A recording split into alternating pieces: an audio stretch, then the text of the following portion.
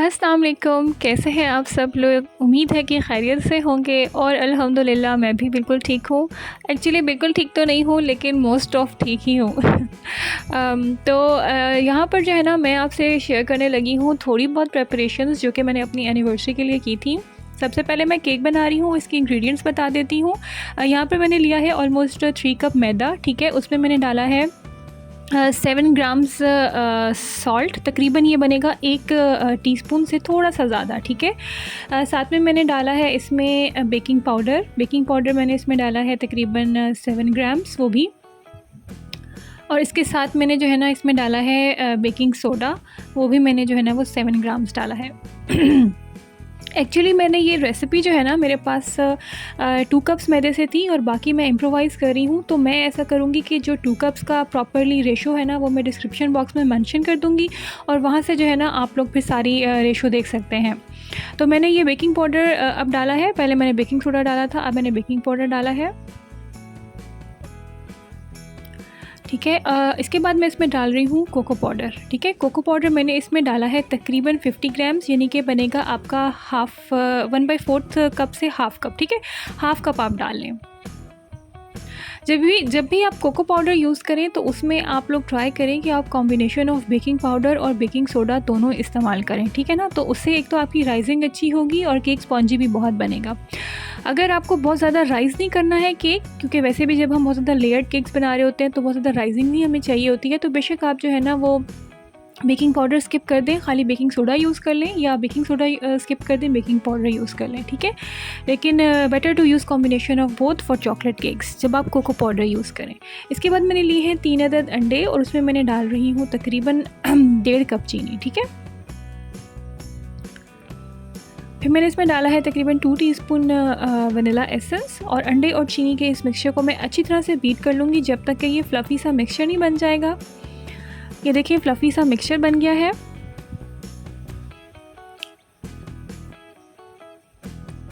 अब मैं इसमें डाल रही हूँ 1 कप ऑयल।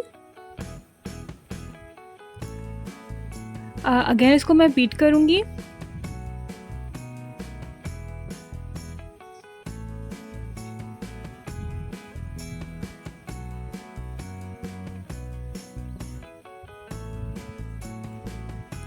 अच्छी तरह से बीट करते करते अब मैं इसमें डाल दूँगी तकरीबन 1.5 कप जो है बटर मिल्क, ठीक है। अगर आपके पास बटर मिल्क नहीं है आप खाली मिल्क डाल दें या योगर्ट और मिल्क को मिक्स करके उसका गाढ़ा सा मिक्सचर बनाकर वो आप डाल दें, ठीक है। योगर्ट डालने से भी केक काफ़ी फ्लफ़ी और सॉफ्ट सा हो जाता है। अच्छा, उसके बाद मैंने इसमें जो है ना अपने सारे ड्राई इंग्रेडिएंट्स डाल दिए थे जो कि मैंने पहले आपके सामने मिक्स किए थे और उनको अच्छी तरह से फ़ोल्ड करने के बाद एंड में मैं इसमें डाल रही हूँ तकरीबन इसमें मैंने डाला है 1.5 टेबलस्पून, 1.5 टेबलस्पून इसमें मैंने डाला है विनेगर, वाइट विनेगर, ठीक है। ये डाल के मैं इसको अच्छी तरह से फ़ोल्ड कर लूँगी अपने मिक्सचर के अंदर।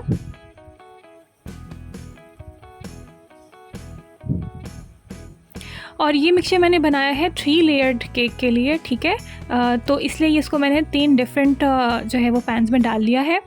और अब मैं जो है ना मीनवाइल दरमियान में अपना कर लूँगी नाश्ता और साथ में ये केक्स होते रहेंगे बेक। और साथ ही में मैं जो है ना वो हाउस हेल्प से काम भी करा लूँगी। ये देखिए केक्स मेरे काफ़ी अच्छे से बेक हो गए हैं। अब इन्हें जो है ना मैं वो सील करके रख दूँगी और टुमारो मैं इन्हें जो है ना वो यूज़ करूँगी। सेम डे मैं इनकी आइसिंग नहीं कर सकूँगी। अच्छा, अब मैं यहाँ पर प्रिपेयर कर रही हूँ थोड़ी सी ऊपर की फॉन्डेंट डेकोरेशंस। मैं बना रही हूँ रोज़ बॉक्स केक, तो मैं सारे के सारे रोज़ेस जो है वो हाथ से बनाऊँगी। तो बस अब मैं एक एक पेटल को जो है ना वो इस तरह से स्टिक करती जा रही हूँ। पहले मैंने बनाया था एक नीचे बर्ड, ठीक है, और उसके ऊपर मैं इस पेटल को एक पेटल को अच्छी तरह से स्टिक करती जा रही हूँ। और इनको स्टिक करने के लिए मैं यूज़ कर रही हूँ वाटर, ठीक है, पानी ब्रश से लगाकर और एक एक पेटल जो है वो मैं ऊपर लगाती जा रही हूँ और उसको हाथ से शेप करती जा रही हूँ। ये पेटल्स जो है ये मैंने सर्कल्स कट किए हुए हैं और ये सर्कल्स से जो है ना मैं बना रही हूँ और ये मैंने इस तरह से काफ़ी सारे रोज़ेस बनाए हुए हैं। और अब मैं बनाने लगी हूँ यहाँ पर फॉन्डेंट बो, ठीक है, क्योंकि मैं बना रही हूँ रोज़ बॉक्स केक और ये काफ़ी ट्रेंड चला हुआ है आजकल रोज़ बॉक्सेस का। पूरे बॉक्स के अंदर केक्स आते हैं जिनके बॉटम में बिल्कुल चॉकलेट्स पड़ी हुई होती हैं और ऊपर सारी की सारी रोज़ेस होती हैं। तो ये रिबन से जो है ना आगे जैसे बो सी बनी हुई होती है, तो ये मैं वो बना रही हूँ। तो मैंने 2 रेक्टेंगल्स को कट किया है और उनसे जो है ना वो मैं इस तरह से शेप करके रफ़ल करके इसको एक मैंने 2 बो के अलग-अलग से वो बना लिए हैं और बाद में इन्हें मैं स्टिक कर दूँगी। और अब मैं इनको स्टिक करने के लिए जो है ना वो सेंटर पीस इनका बना रही हूँ। इस वाले स्ट्रिंग से मैं सेंटर पीस बना लूँगी और बो को जो है वो आपस में शेप कर दूँगी। और फिर अब मैं जो है ना वो एक और स्ट्रिंग काटने लगी हूँ जिससे कि मैं नीचे की लेस बनाऊँगी, ठीक है। बस काफ़ी सारी चीज़ें जो है ना वो मेरी रिकॉर्ड में आने से रह गई हैं। मैं असल में आदी ही नहीं हूँ ना ये काम करते हुए बिल्कुल भी मोबाइल उठाने का कि तो वो ना काफ़ी सारी चीज़ें मेरी रह गई हैं जो कि मैं रिकॉर्ड ही नहीं कर पाई हूँ। और बस काम क्योंकि मैंने समेटना था, देर मुझे बहुत हो गई थी। आई वाज़ नॉट एक्सपेक्टिंग कि ये काम जो है ना वो इतना लंबा होता जाएगा, क्योंकि मैं एटलीस्ट क्रम कोटिंग जो है ना वो मेरी एक दिन पहले की हुई हुई होती है, जो कि मेरी अभी तक नहीं हुई हुई थी और मुझे उसकी भी बड़ी टेंशन थी। तो बस मैंने जल्दी-जल्दी से जो है ना वो काम कंप्लीट करने की है।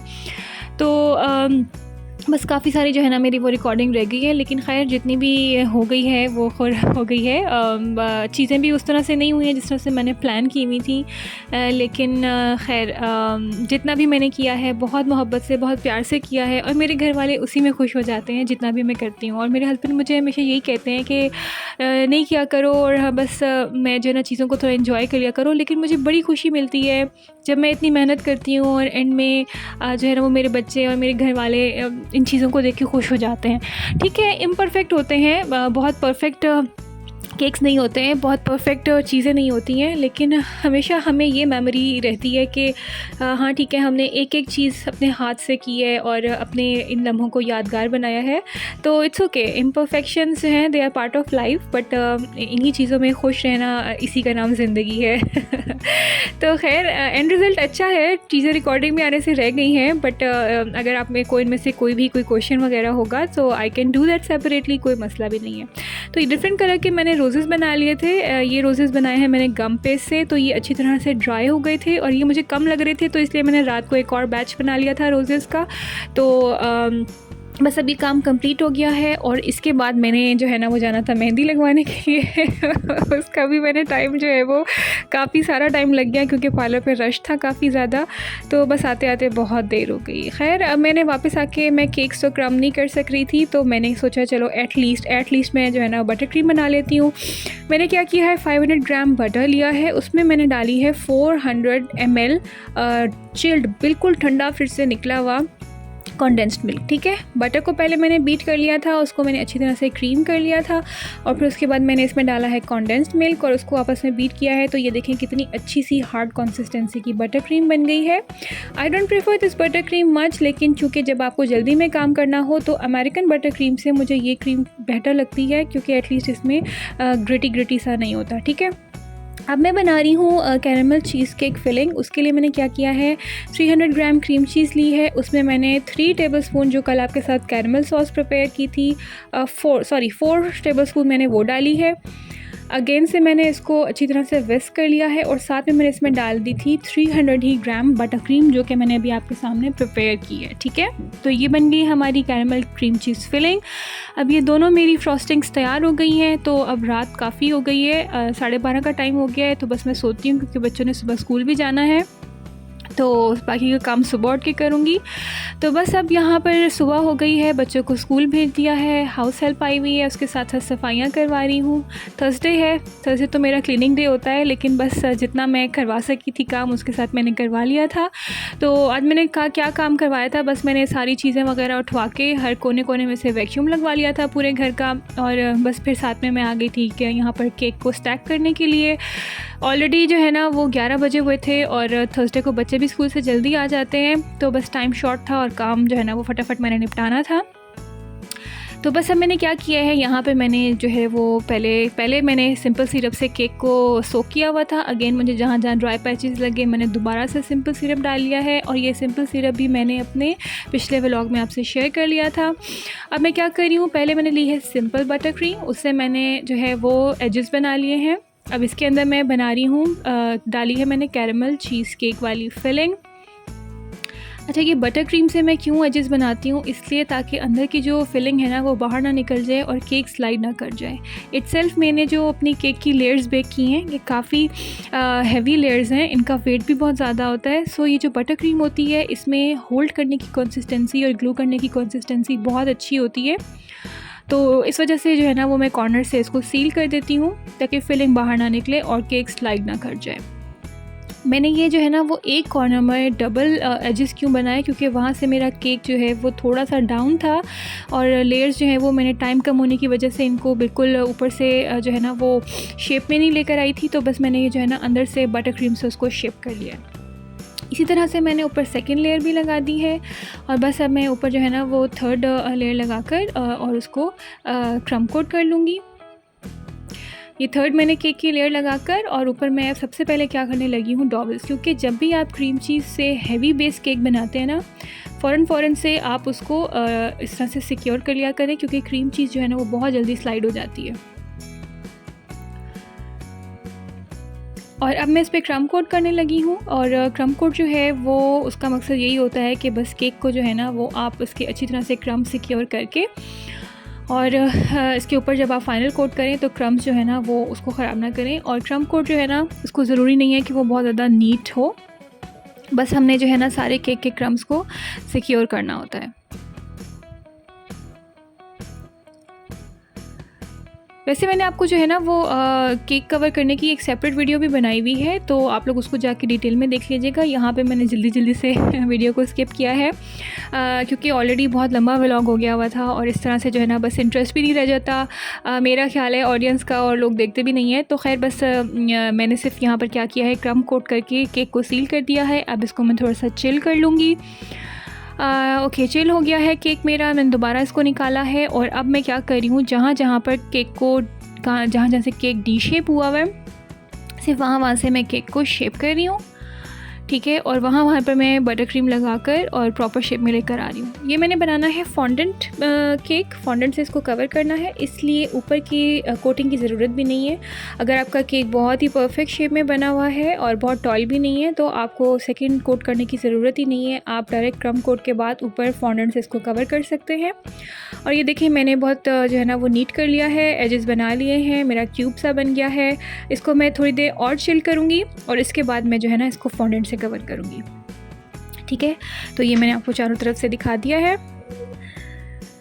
तो चलें बस इसको मैं फ्रिज में रख देती हूँ। मीनवाइल मैं जो है ना यहाँ पर फॉन्डेंट उसको थोड़ा सा जो है ना वो हाथ से गूंद लूँगी इसको सॉफ्ट करने के लिए।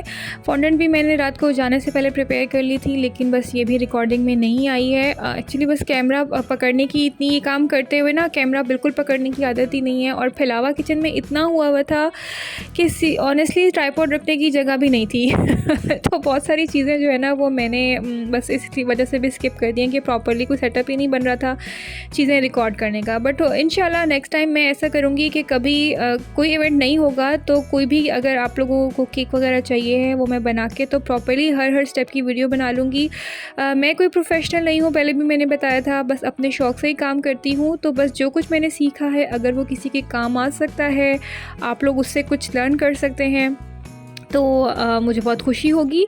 अब मैंने क्या किया है, केक मैंने निकाला है बाहर। तो वैसे तो मैं इस केक को करती हूँ कवर, उससे आपको बताया था क्लिंग रैप से, लेकिन अभी क्योंकि बस मुझे बहुत जल्दी थी मैंने क्लिंग रैप से कवर नहीं किया। तो केक को बाहर निकालने के बाद जितनी भी कंडेंसेशन हुई वो मैंने टिश्यू से अच्छी तरह से सोक कर ली है और अब मैं ऊपर लगा रही हूँ फॉन्डेंट की लेयर। अच्छा, ये फॉन्डेंट बनाते हुए भी मुझसे क्या ब्लंडर हुआ कि एक्चुअली मुझे ये बनानी थी गम पेस्ट, और गम पेस्ट हम ऐसे बनाते हैं कि हम उसमें ऐड करते हैं टाइलोस पाउडर या उसको CMC पाउडर भी बोला जाता है, ठीक है। तो उससे बन जाती है ये गम पेस्ट।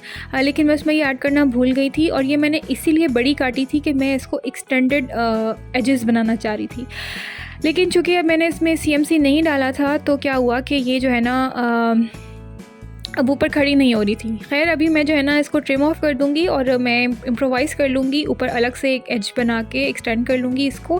फ़िलहाल जो है ना मैं क्या कर रही हूँ, ये फॉन्डेंट स्क्रैपर से फॉन्डेंट को अच्छी तरह से सिक्योर कर रही हूँ, बटर क्रीम से अटैच कर रही हूँ थोड़ा सा प्रेशर लगाते हैं तो इससे क्या होता है कि ये जो बबल्स क्रिएट हुए हुए होते हैं या जो भी कोई इम्परफेक्शंस होती हैं वो सब जो है ना वो चली जाती हैं। अच्छा, अब मैं ये एजेस को ट्रिम कर रही हूँ क्योंकि ये एक्सटेंडेड एजेस जो है ना ये आइडिया वर्क नहीं कर रहा था लेकिन मैं खैर इसको जो है ना बाद में मैंने क्या किया था कि जो मैंने बो बनाई थी ना उसका जब मैंने रिबन लगाया था तो पहले मैंने वो रिबन लगाना था बिल्कुल सेंटर में, ठीक है। तो अब मैंने वो क्या किया, वो फिर मैंने एक्सटेंड करके ऊपर बना लिया और आगे वो मैं आपको दिखाती हूँ किसकी मैं बात कर रही हूँ।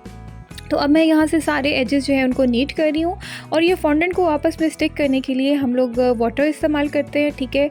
लेकिन अगर आपको बहुत ज़्यादा कोई हैवी किस्म के गम पेस्ट के फिगर्स अटैच करने हो तो उसके लिए एडिबल ग्लू यूज़ करते हैं। एडिबल ग्लू सिंपल वाटर के अंदर हम लोग क्या यूज़ करते हैं, टाइलोस पाउडर को यूज़ करते हैं, या एडिबल ग्लू बनती है कि आपके पास कोई भी गम पेस्ट या फॉन्डेंट बची पड़ी हो उसको आप पानी में डिज़ोल्व कर लें और उससे ग्लू सी कंसिस्टेंसी बना लें, तो वो that works like an LP, ठीक है। अच्छा, ये एजेस सिक्योर करने के बाद मैंने क्या किया था, नीचे मैंने एक रिबन बनाया था, ठीक है, और उसको मैंने नीचे की साइड पर लगाया था बॉक्स का लिड इफेक्ट देने के लिए, ठीक है। ये देखें, ये वाली मैं बात करी थी कि मैंने एक रिबन सा अलग से कट करके और नीचे लगाया है बिल्कुल बेस पे बॉक्स का लिड क्रिएट करने के लिए, ठीक है। और इसके बाद बस मैं अब आपको केक की फ़ाइनल लुक दिखाती हूँ क्योंकि इससे आगे की मैंने कोई रिकॉर्डिंग नहीं की। ये देखें, ये मैं जो बो मैंने लगाई थी ना, बो का जो रिबन बनाना था, इससे मैंने एक्सटेंडेड एजेस बना दिए हैं और बस जितने भी मैंने रोज़ेस प्रिपेयर किए थे मैंने साथ वो रोज़ेस लगा दिए हैं। नीचे मार्बल केक फॉन्डेंट को करके वाइट फॉन्डेंट के साथ मैंने जो है ना अपना और अपने हस्बैंड का नाम लिख दिया है। और ये जो है ना बिल्कुल ही बस काम मैंने जिस तरह से समेटा है ना, ये एक्सटेंड होता जा रहा था और मुझे जो है ना थोड़ी बहुत डेकोरेशंस भी करनी थी। डेकोरेशंस मैंने क्या किए हैं, ये मैंने लाइट्स ली हैं, इनको मैंने पूरी टेबल पे लगा दिया है, कैंडल्स लिए हैं, फ्लावर्स लिए हैं, नीचे मैंने वाजेस रखे हैं और ये टेबल मैंने जो है ना वो सेंटर में कर ली है। ये अमूमन हमारी साइड पे बड़ी हुई होती है। और बस ये मैंने छोटा सा एक सेटअप बनाया था, बहुत प्यार से बनाया था। तो उसके बाद हम लोग डिनर करने के लिए आ गए थे, थोड़ा सा हम लोग घूमने फिरने गए थे। कोई भी रिकॉर्डिंग मैंने नहीं की है क्योंकि कैमरा पकड़ने का बिल्कुल दिल नहीं था खैर, उम्मीद है कि आपको आज का व्लॉग पसंद आया होगा। तो प्लीज़ मेरी वीडियो को ज़रूर लाइक करें, शेयर करें, मेरे चैनल को सब्सक्राइब करें, दुआ में याद रखिएगा। अल्लाह हाफिज़।